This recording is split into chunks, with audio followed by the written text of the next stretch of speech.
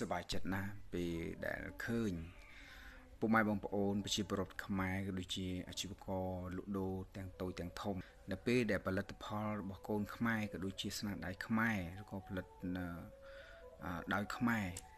នៅពេលដែលអីវ៉ាន់មានការលក់ចេញចាប់ផ្ដើមថាខ្ទុះនៃថាផលិតផលរបស់ខ្មែរគឺមានការគ្រប់គ្រងទោះបីជាថ្លៃជាងផលិតផលរបស់គេប៉ុន្តែវាមានគុណភាពល្អហើយវាទាំងជំនួយអញ្ចឹងមានន័យថាកូនខ្មែរយើងបង្កើតគឺគិតទៅលើនៅសុខភាពរបស់ប្រជាពលរដ្ឋខ្មែរ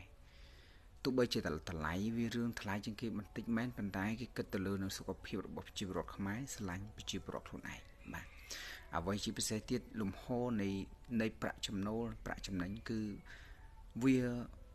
បញ្ចូលមកក្នុងប្រទេសរបស់ខ្លួនឯងបាទចឹងខ្ញុំឃើញថាផលិតផលខ្មែរចេញមកគឺមានការសន្ទុះនៃការគ្រប់គ្រងពិតជាសប្បាយចិត្តបាទពុកម៉ែបងប្អូនបាទហើយដូចជាប្រេងឆាកម្ពុជាសុខភាពកម្ពុជាបាទប្រេងឆាវាជំនួយនេះប្រេងឆាដែលខ្ញុំបានដាក់ណា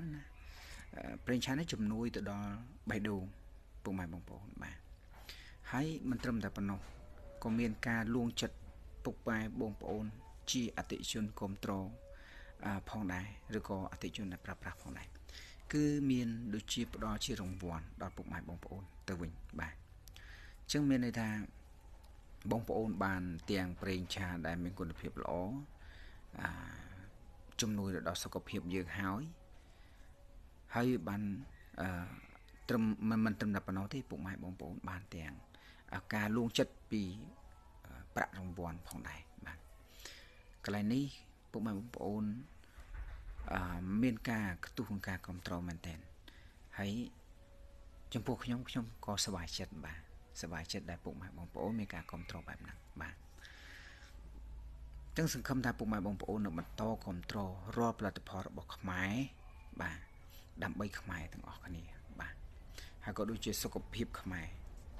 ប្រជាពលរដ្ឋខ្មែរយើងទាំងអស់គ្នាបាទអរគុណច្រើនពុកម៉ែបងប្អូនបាទ